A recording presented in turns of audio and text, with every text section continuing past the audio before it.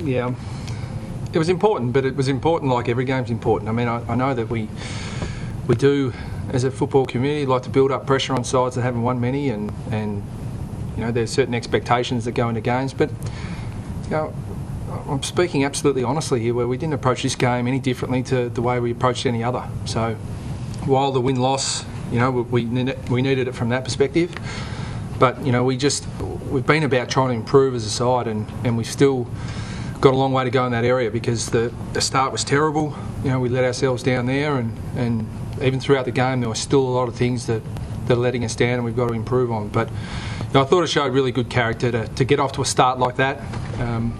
You know, a group of lesser competitors would have capitulated, and they didn't. We got our composure back and we got on top. So you know, that part of it was really pleasing. How did you get on top?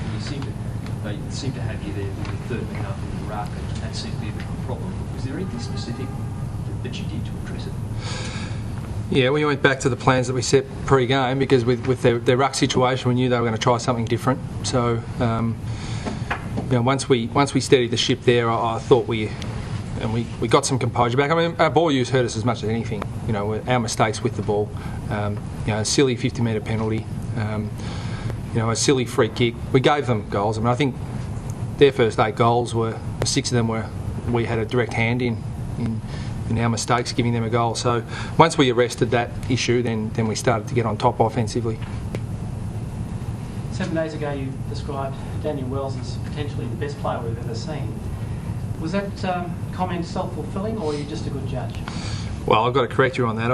I said that if he lived up to people's expectations every single week, he'd be the best player we've ever seen. So, but look, he's been fantastic for us this year, and it was really pleasing. You quite often don't hear crowd noise in the box, but you know, at the end of the game there, when he won the ball a couple of times, and you know, the North supporters really got behind him, and I thought that was really good, because you know, they've got to support him, because he's a terrific player. He has been for a long time. I've often said that he can't live up to people's expectations because they're unachievable. You know, he's just got to keep doing what we're asking him to do. And he's, you know, last week under fire against Geelong, he played terrific footy. He backed that up again this week, which was really good. What about your expectations, though? Is he sort of responding to them, do you feel? Oh yeah, I think he's getting to where we both know he can. You know, he sets very high expectations for himself, and you know, I think he can be a genuinely elite player, and he's starting to show that now. And he's got some real belief, and you know, he's got some real belief in his body, I think, which is most important. You know, a lot of people don't realise when they watch players play that they're playing with a little bit of injury. He's fully fit. He's had a great pre-season, great preparation, and now he's playing as we'd expect him to. Aaron Edwards in and out, and the side kicked 10 goals in the AFL last week, and must be pretty pleased with his 6 goals today. More pleased with his 5 tackles. You know, that was an area that you know, he's traditionally been pretty good in anyway. You know, certainly since I've been at the club. He was unlucky to lose his spot. He lost his spot due to team structure, and we had to change the way our forward line was functioning. But he went back, and his attitude was first class. He got the result on the scoreboard last week in the VFL with 10 goals. But I mean, 5 tackles today was just, you know, outstanding. And his work defensively is very good, and you know, we know what he can do offensively. But the way he got them, I guess, and when he got them was important too. There seemed to be some contested marks, some lead-up work, some snaps, just a bit of everything today. Yeah, and that's something that we've really, or he's really worked on. I mean, Brett Allison should take a lot of credit, because he's worked with him on making him a multi-dimensional player. Traditionally, he was a goal-squared lead mark forward, and you know, there's very few of those left in the game now, so he had to add other strings to his bow, and he's gone away and worked really hard on those things. And you know, I was pleased for his reward for effort today. Jack Zeeble has been subbed off in the last 2 games. Is there any sort of, is it just trying to coax him back into more match fitness or something like that?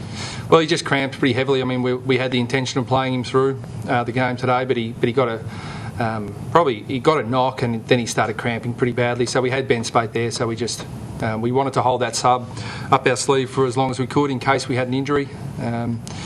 So you know, Jack was the one who was cramping, so we took him off. It wasn't a pre-planned thing. Like well as a Bromley player, is he improving a lot? Oh yeah, he's going to be a terrific player. He had a really important role on Maloney today, who was absolutely outstanding last week against Adelaide with 19 clearances, and he kept Maloney quiet and got a fair bit of the footy himself, and looked like showed glimpses of the player he's going to be. He's a really powerful 20-year-old, and he's going to be a real player of the future for us, and we're just going to ask him to keep improving, keep working on his fitness, and we've got a long-term program in place for that. And he's certainly doing what we're asking him to at the moment. Any injuries? No, nothing.